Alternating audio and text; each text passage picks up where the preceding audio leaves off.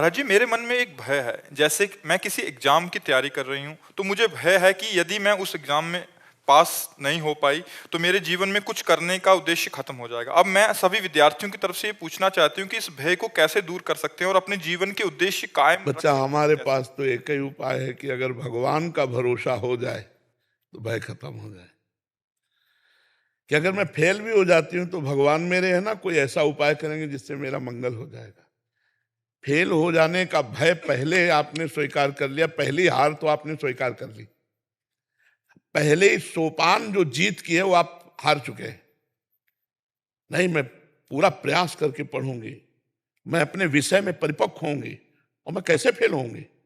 अंतिम समय तक परीक्षा के हम यही सोच, मैं जीतूंगी, मैं जीतूंगी, मैं विजय को प्राप्त होंगे, मैं पास होंगे। और जब फेल हो गए तो हमें विचार करना त्रुटि कहाँ हुई, कौन से अभ्यास में त्रुटि हुई।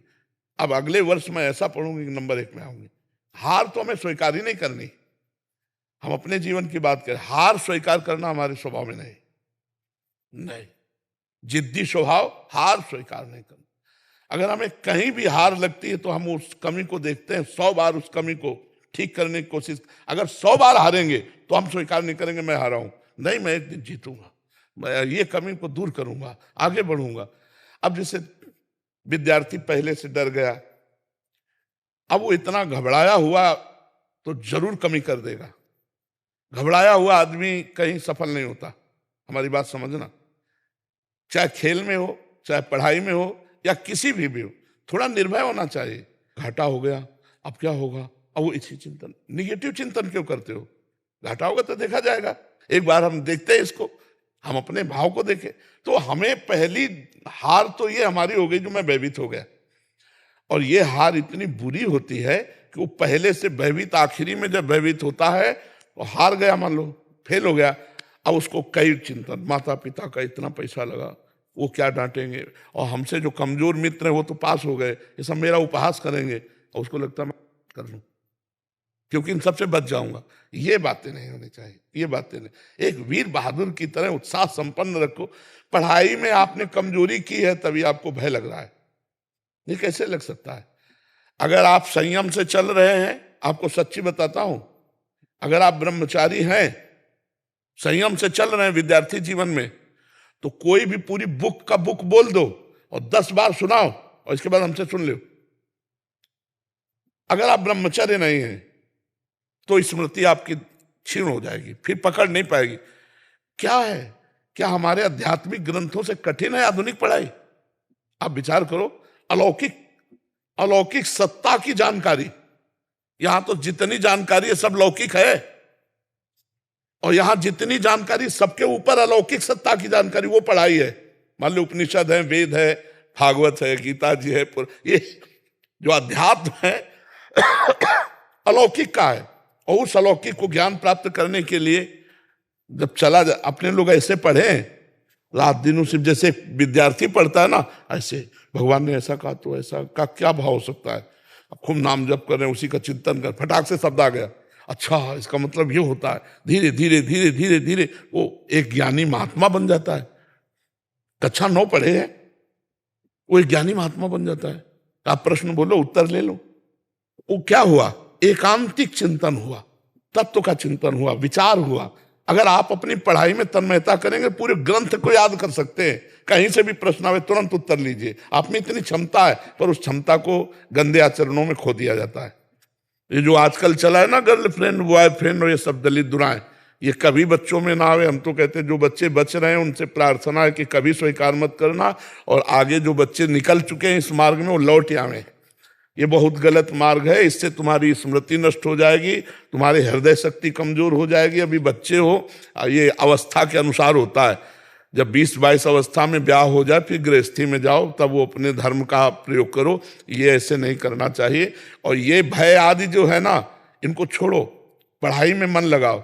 हम पास क्यों नहीं होंगे, मेहनत किया भाई, क्यों नहीं पास होंगे। ऐसा कोई प्रश्न नहीं आता जो हमारे सब्जेक्ट से बाहर हो। आप विचार करो, हमने अपने सब्जेक्ट की तैयारी क्यों नहीं की, ये हमारी कमी है। अगर वो ऐसा प्रश्न दे जो सब्जेक्ट से बाहर हो, तब तो भाई अब मतलब हम असमर्थ हैं कि पता नहीं क्या प्रश्न आएगा। लेकिन हमारे टीचर जो हमें पढ़ाए हैं उसी में आएगा, आता है ना, तो हमने अपना सब्जेक्ट क्यों तैयार नहीं किया? हम अपने विषय में क्यों प्रमाद किए? और फिर भय कर रहे हैं, तो भय तो फिर लगेगा ही नहीं। हमें तो कंठस्थ होना चाहिए। मतलब आप समझो, अगर आप ब्रह्मचारी हो तो ग्रंथ का ग्रंथ कंठस्थ कर सकते हो, कोई परेशानी नहीं होगी दिमाग में। आज जो बच्चे कहते हैं ज्यादा पढ़ो तो सर दर्द करने लगता है, आंखें कमजोर है रही, ब्रह्मचर्यहीनता, खुली बात कह रहे, ब्रह्मचर्यहीनता। अगर ब्रह्मचर्य पुष्ट रखोगे कभी नहीं ऐसा बात आएगी। एक आदमी बदल गया ना, हमारा जीना सार्थक हो गया, हमारी साधुता सार्थक हो गई, हमारा जीवन सार्थक हो गया। तो हम अपने कर्तव्य पे लगे हुए हैं, तो उसका फल देख रहे हो। रात्रि के, अब सुनो, सर्दी का समय है, छोटे छोटे बच्चे, माई बहन बूढ़े सब खड़े हैं रोड में। अब कई घंटों से खड़े होंगे, हम 2 बजे निकलते हैं, घंटों से खड़े, बस इतना, किसी को देखा किसी को नहीं भी देख पाए, बस ऐसे ऐसे करते चले जा रहे। क्या है?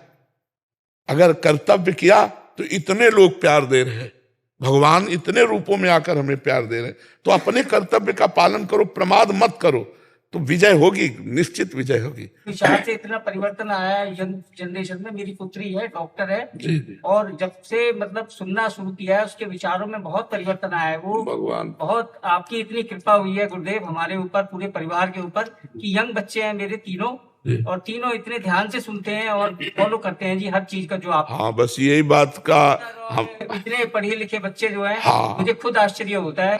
आधुनिकता में फंसे हुए बच्चे अध्यात्म को सुने, बहुत बड़ी बात है। मैं कह रहा हूँ, मेरे दोनों बच्चे महाराज जी विदेश में पढ़ाई करने गए, तो वहाँ का खान पान बिल्कुल अलग था। बेटा तो उसी तरह का भोजन भी उसने करना शुरू कर दिया था, लेकिन जब वो आया छुट्टियों में, तो एक ही बार यहाँ वृंदावन आया था और आपके सत्संग को सुना उसने, प्रभु जी जीवन बदल गया, पूरे परिवार का जीवन बदल गया। प्रभु भगवान कृपा करते, उन्हीं की कृपा, और सब कृपा करें कि सब कोई स्वस्थ रहो, अच्छे आचरण करो, भगवान की कृपा सब पर है। खूब आनंद में जीवन व्यतीत करो, बस गंदे आचरण न करो, गंदा भोजन न करो, किसी का मंगल न करो, इसीलिए मनुष्य जन्म मिला है। खूब आनंद में जीवन व्यतीत